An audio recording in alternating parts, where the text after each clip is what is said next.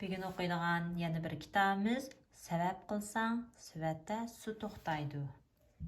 Bu degenlik kalla aql işletse hem işini qılgılı buludu, her qanday qiyin işini qılgılı buludu degan gap.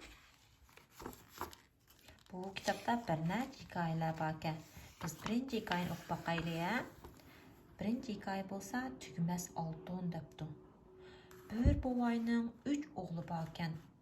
Bu 3 o'g'li bek o'runga. Lekin buvay bir umr bu etizda ishlab, jafo tortib bu 3 o'g'lini beqibdi. Lekin oxiri bu buvay og'rib yetib qopdi, kasal bo'lib qopdi. O ko'z yumish oldida o'g'illarga debdi: "Bolam, bizning bir yerimiz bor. Davomliq men ishlaydigan shu etizda biz necha avlod, mening dadam, mening cho'ng dadam mush etizda bir umr ishlagan. Bu etizning osti butunlay oltin.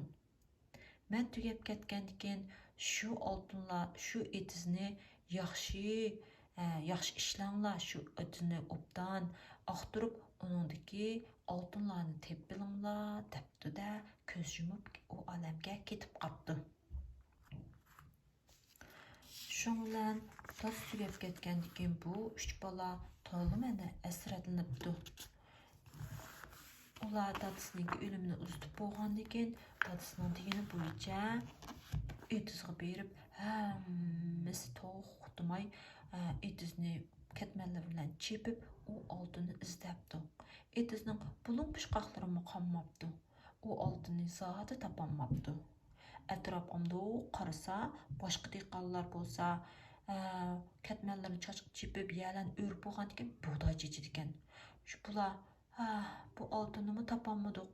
Lekin bizni bug'doy chechib qo'yaylik endi bu yerga debdi-da, shundan u yerga bir bug'doylarni chechib qo'yibdi. Bular yani shunchalik yaxshi og'dirg'ashqimiki, bug'doylar shunchalik o'xshab ketibdi. Bu o'rinbonlar azaldan etizi bunday ishlab boqmabdi ekan. Bu bug'doylarni ko'rib, bular xo'sh bo'lib ketibdi. Shuning bilan ular azroqini o'ziga olib qilib, qolgan bug'doylarni bozorga berib setibdi.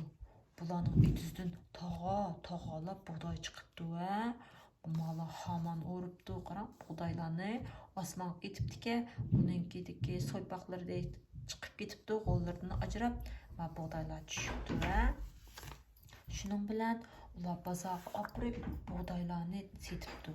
Uningdan jiq pul tepibdi. Shuning bilan ular shunchalik xushal bo'lib ketibdi. Ondan keyin uyga kelib, 3 aka o'tirib oltinlarni sanashga boshlabdi. 1 tanga, 2 tanga, 3 tanga, 100 tanga, 200 tanga, 1000 tanga, 2000 tanga. Voh, nima degan jiq oltinlar bu debdi-yu, darhol dadasining gapini eslabdi. Asli dadam degan oltin haqiqiy bug'doy ekan-da, mush etizdan chiqqan bug'doy ekan debdi. Uchisi bir-biriga qarab dadasining gapini haqiqatan tushunibdi. Shuning bilan ular dadasining davomliq deydigan bir gapini esiga kelibdi: "Ishlasang tishlaysan, jafo cheksang halovat ko'rsan" degan gapi davomliq ularning qulog'ida yangrab turibdi. Ishlasang tishlaysan degan gap, ishlasang sen tatliq narsalarni yeyalaysan, tomoq assang, jafo tortib tomoq assang, u tomoq seningki sen o'xshagan tomoqni yeyalaysan, nima yaxshi ko'rsan shuni itib yeyalaysan degan gap.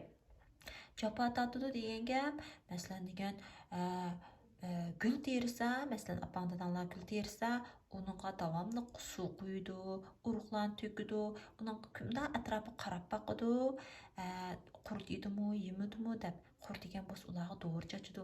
Oxirida bu gul chiroyli atiyaz ichiladi va shunga u guldan huzurlanish uchun uning azroq jafo chekidi. Shundaq degan gap. Shunga o'rin bo'lsa faqat bo'lmaydi ekan. Ishlagan odam ham esil narsalarni yeyalaydi ekan, ham eng esil narsalardan huzurlana oladi ekan. Shunga ishchan bo'lish kerak.